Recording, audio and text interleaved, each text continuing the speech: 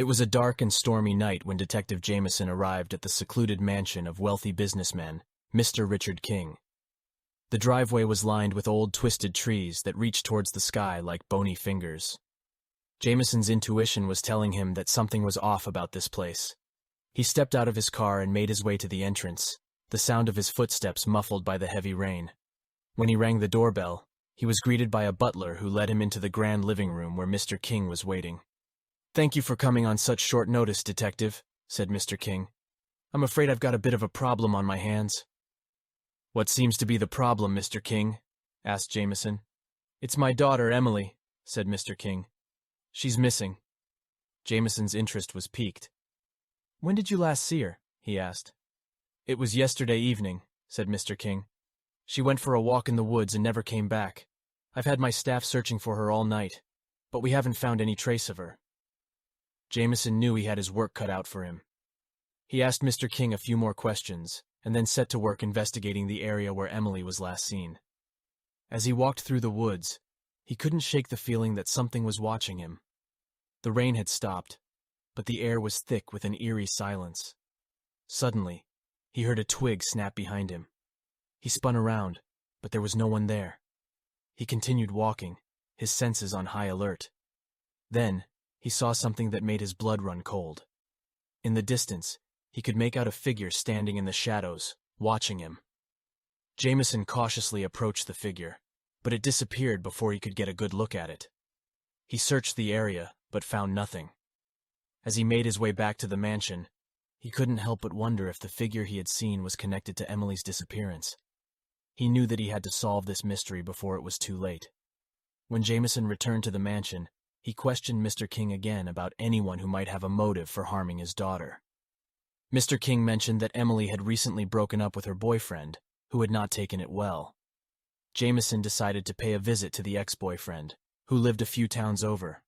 When he arrived at the house, he found the ex-boyfriend to be visibly shaken and nervous. "I know what this is about," the ex-boyfriend said before Jameson could even speak, "but I swear I didn't do anything to Emily. Yes, we broke up, but I loved her. I would never hurt her." Jameson asked him a few more questions, but the ex-boyfriend's alibi checked out, and he had no solid evidence to implicate him in the disappearance. Feeling frustrated, Jameson returned to the mansion to regroup. As he was leaving, he noticed a strange car parked down the road. It was a black sedan with tinted windows, and he couldn't see the license plate. He jotted down the make and model of the car and headed back to the mansion. He decided to run the license plate number through the police database to see if it came up with anything. The results were surprising. The car was registered to a known criminal who had been involved in several kidnappings and ransom schemes in the past. Jameson immediately called for backup and headed towards the address listed on the criminal's file. When they arrived at the rundown warehouse on the outskirts of town, they found Emily tied up and blindfolded. The criminal was apprehended, and Emily was reunited with her father. Jameson couldn't shake the feeling of unease as he left the scene. He couldn't help but think about the figure he had seen in the woods and wondered if there was still something lurking in the shadows. He made a mental note to keep a close eye on this case and to follow up on any leads that might lead him to the truth. With Emily safely returned home and the criminal behind bars, Jameson was able to breathe a sigh of relief. He had solved the mystery of her disappearance and brought justice to the culprit. As he sat in his car, watching the rain fall, Jameson couldn't help but think about the eerie feeling he had in the woods and the mysterious figure he had seen. But he knew that sometimes, even in his line of work, there were things that remained unexplained. Detective Jameson couldn't shake the feeling that there was still something missing in the case. Even though he had found Emily and brought the criminal to justice, he had a nagging suspicion that there was more to the story than he had uncovered.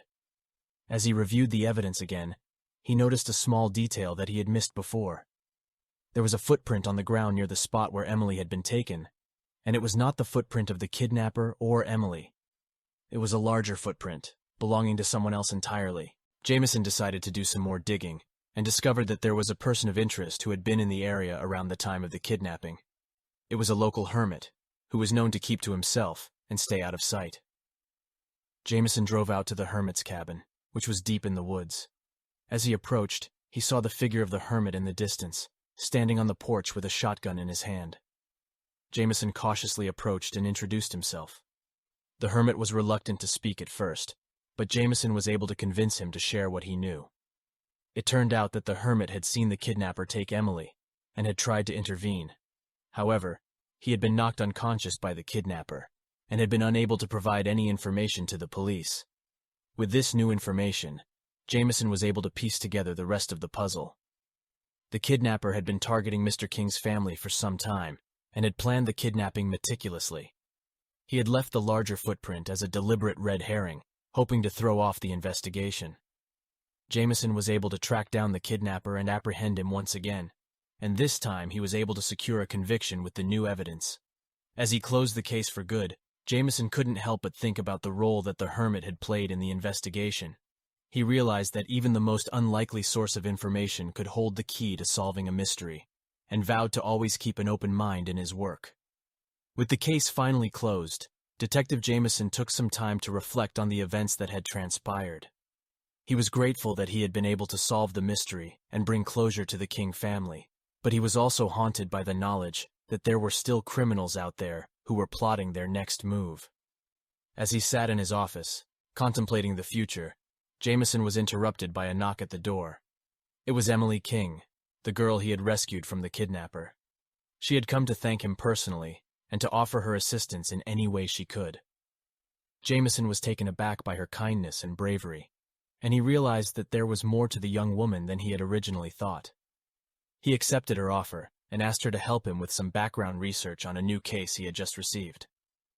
Over the next few weeks, Jameson and Emily worked closely together, gathering information and piecing together clues. As they delved deeper into the case, they began to uncover a web of corruption and deceit that ran deep within the city. Despite facing opposition from powerful figures who didn't want their secrets exposed, Jameson and Emily persevered, driven by their shared sense of justice and determination to see the case through to the end. In the end, they were able to bring the corrupt individuals to justice and restore faith in the justice system. Jameson realized that he couldn't have done it without Emily's help, and was grateful for the unexpected partnership that had formed between them.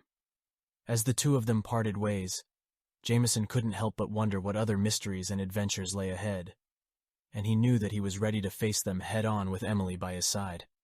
With the case solved and justice served, Detective Jameson felt a sense of fulfillment that he hadn't felt in a long time. He knew that there would always be more mysteries to solve, but he also knew that he had the skills and the determination to face whatever challenges lay ahead. As he walked out of his office, Jameson felt a sense of pride in his work and a renewed sense of purpose. He knew that he was making a difference in the world, one case at a time. As for Emily, she had discovered a newfound passion for investigative work and decided to pursue a career as a private investigator.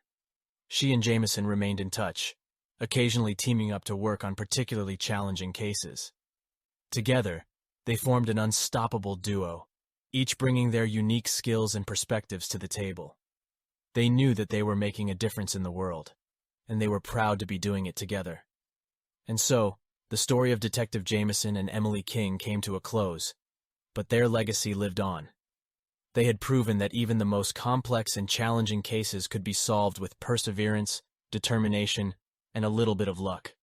And for that, they would always be remembered as two of the greatest detectives to ever grace the city.